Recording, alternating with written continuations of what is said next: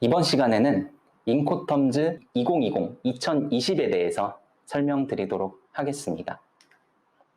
국제 물품 매매 계약이라고 불리는 약칭 무역 거래는 법체계와 상관습이 상이한 국가 간의 거래이기 때문에 언어가 다릅니다. 그리고 서로 간의 문화가 다르죠. 그렇기 때문에 어떠한 언어를 사용하더라도 그 상대방은 다르게 그 의미를 해석할 수가 있다는 거죠. 그래서 국제 물품 매매 계약, 무역 계약을 할 때는 이러한 부분들이 굉장히 많은 오해와 마찰을 야기하게 되었습니다. 그래서 전통적으로 수출자와 수입자는 그런 부분들을 명확하게 하기 위해서 매도인의 의무나 매수인의 의무를 보다 더 명확하게 할 어떠한 규칙의 필요성을 느끼게 되었는데요. 이런 것들을 정형거래 조건이라고 부릅니다. 그리고 그 정형거래 조건의 가장 대표적인 것이 지금 소개드릴 인코텀즈 2020-2020입니다. 인코텀즈 2020은 국제상업회의소 ICC에서 만들어진 내용으로서 무역조건에 대해 원칙적인 해석을 내린 무역조건의 해석에 관한 규칙이라는 내용을 담고 있는데요. 이 인코텀즈 2020에 관련된 내용을 본격적으로 들어가기 전에 인코텀즈에서 발생할 수 있는 여러 가지 문의사항들, 그 중에서 가장 대표적인 질문 3가지를 먼저 소개해 드리고자 합니다. 질문 첫 번째, 무조건 인코텀즈라는 정형거래 조건을 사용을 해야 되는지에 관련된 문의인데요. 그렇지 않습니다. 이 인코텀즈는 무조건 사용을 해야 되는 것은 아니에요. 그러나 현대에 와서는 오늘날의 무역거래에서는 대부분 인코텀즈에서 규정하고 있는 조건들을 사용하죠. 그렇다면 질문 두 번째, 실무상 인코텀즈 조건들의 내용에 무조건 맞춰서 사용을 해야 되는지, 이 인코텀즈에서는 11가지의 규칙에 대해서 관련된 규정을 안내를 하고 있는데 이거를 무조건 맞춰서 사용을 해야 되는지에 대한 문의인데요. 그렇지 않습니다. 이 인코텀즈라는 것은 국제상업회의소에서 만들어진 규칙입니다. 즉 법적 구속력을 가지는 규칙이 아니고 단지 가격 조건으로만 사용을 해도 크게 문제는 없습니다. 실무적으로는요. 하지만 이 인코텀즈 2020을 계약상에 명백하게 반영을 한다면 이 인코텀즈 2020에 관련된 규정을 가지고 법적 해석을 할 수 있다고 볼 수 있겠습니다. 그렇다면 마지막 질문이 인코텀즈를 잘 정리해 놓는다면 무역계약의 모든 것을 해결해 줄 수 있는가에 관련된 내용이 있을 수 있는데요. 그렇지 않습니다. 인코텀즈는 매도인의 의무 10가지 그리고 매수인의 의무 10가지를 안내를 하고 있는데 매매 대금이나 그 지급 방법에 관련해서는 침묵하고 있습니다. 또한 계약 위반의 효과를 다루지는 않고 아까도 말씀드렸다시피 강행 규정이 아니기 때문에 국내법의 강행 규정이 우선시 된다는 점에서 인코텀즈의 한계는 비교적 명확한 편이라고 볼 수가 있겠습니다. 그렇다면 이 인코텀즈에서 나오는 정형거래 조건들을 전자상거래 수출 시에도 활용을 하느냐에 관련된 부분이 있을 수가 있는데요.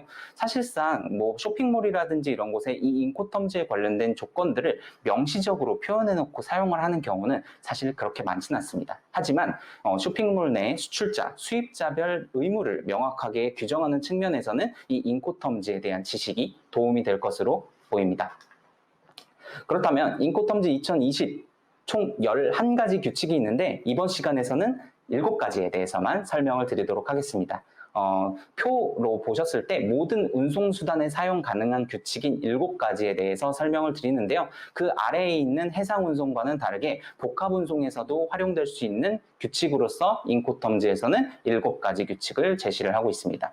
위에 있는 그림을 보시게 되면은 연두색 표시로 되어 있는 것이 매도인의 의무, 그리고 파란색으로 표시되어 있는 것이 매수인의 의무를 말하고 있습니다. 그리고 그 물품의 위험이 언제 이전이 되는 것인가 라는 부분에서 느낌표가 표시가 되어 있는데요. 보통 매도인의 의무가 끝날 때 느낌표 표시가 있다는 걸 보실 수가 있을 거예요. 그렇지만 이제부터 설명을 드린 4가지 조건, 그 중에서도 C를 앞글자로 따고 있는 C 조건 같은 경우에는 위험의 이전과 매도인의 의무의 구간이 서로 다르다는 점을 일단 파악을 하시고 넘어가시면 좋을 것 같습니다.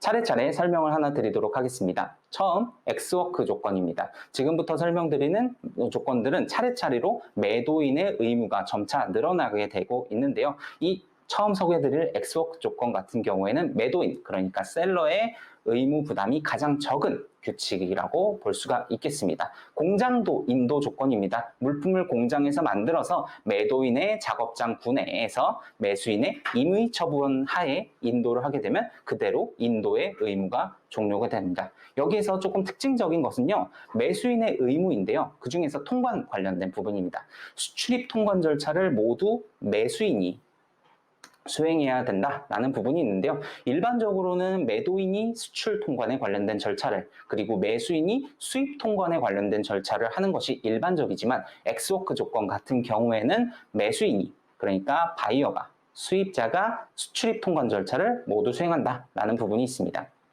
두 번째는 FCA, 프리캐리어라고 불리는 조건입니다. 이거 같은 경우에는 수출국 내에 설정된 어떤 장소에서 물품을 이전을 하는 규칙이라고 볼 수가 있는데요. 매수인이 지정한 운송인에게 매도인이 물품을 인도하게 된다면 인도가 끝나게 되는, 위험이 이전되게 되는 그런 조건을 말하고 있습니다. 여기서부터는 수출 통관 절차는 매도인이, 수입 통관 절차는 매수인이 수행되게 된다라는 일반적인 내용을 따라가고 있죠.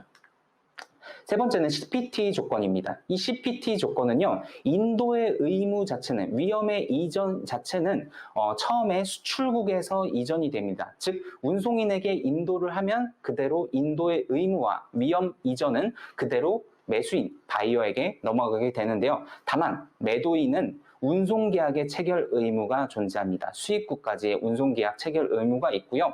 그 뒤에 설명을 해드릴 CIP 조건 같은 경우에는 운송계약의 체결의 의무 플러스 보험계약의 체결의 의무까지 존재한다라는 점이 FCA, CPT, CIP 조건의 차이점이라고 보시면 될 것 같습니다. 동일한 장소에서 인도를 하기로 계약을 맺었다라고 한다면 FCA, CPT, CIP 조건 같은 경우에는 인도나 위험은 동일한 곳에서 이전이 가능하지만 CPT는 운송계약의 체결 의무가, 그리고 CIP는 운송계약 플러스 보험계약의 체결 의무가 존재한다고 보시면 될 것 같습니다. 특히 CIP 조건 같은 경우에는 보험계약을 체결을 했을 때 최대 담보 조건으로 보험을 부보해야 됩니다. 즉 ICCA나 AR 조건과 같은 보험 규칙으로 이제 보험 계약을 부보를 해야 된다는 점이 특징적인 부분입니다.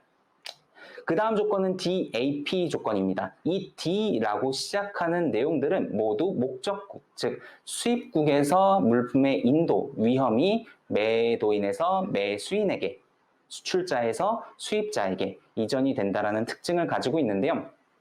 물품의 위험이 가장 많이 발생을 하는 곳이 어디일까요? 이 물품을 올리거나 내릴 때, 운송수단에서 올리거나 내릴 때 그 위험이 가장 많이 발생을 한다고 볼 수가 있습니다. 그렇기 때문에 DAP 조건에서는 그런 부분들을 좀 명확하게 안내를 하고 있는데요. 운송수단에서 양하 준비된 상태로 인도, ready for unloading, 물품을 양하하지 않고 양하 준비된 상태로 인도를 하는 조건이 이 DAP 조건이라고 볼 수가 있습니다. 목적국에서 인도가 되어야 하기 때문에 매도인에게 당연히 운송계약 체결의 의무가 존재하겠죠. 그 뒤에 인코텀즈 2020에서 처음 이제 나오게 된 DPU 조건이 있습니다. DAT 조건이 이 DPU 조건으로 조금 더 업그레이드 됐다고 보시면 될 것 같은데요. 여기서는 DAP 조건과의 차이점이 운송수단에서 양하된 상태로 인도한다, 언로디드 된 상태로 인도를 한다라는 점에서 이 좀 전에 설명드린 DAP 조건과 약간의 차이점이 있다라는 부분이 있습니다. 마지막 조건입니다. DDP 조건인데요. 이 DDP 조건 같은 경우에는 DAP 조건과 동일하게 운송수단에서 양하 준비된 상태로 인도를 해야 된다라는 내용이 존재합니다. 그렇지만 DAP 그리고 DPU 조건과 다른 점은 통관 관련된 부분입니다. 일반적으로는 수출자가 수출 통관은, 수입자가 수입 통관 절차를 해야 된다고 말씀을 드렸는데요. 이 DDP 조건 같은 경우에는 매도인의 최대 의무를 담고 있습니다. 수출입 통관 절차 수행 및 비용 부담을 수출자가 하게 되는 그런 상황이 이 DDP 조건이라고 볼 수가 있겠습니다. 엑스워크 조건과는 정반대의 성격을 가진 내용이 이 DDP다라는 부분을 알고 계시면 좋을 것 같습니다. 인코텀즈 2020에 관련된 일부 내용에 대해서 설명을 드렸습니다. 감사합니다.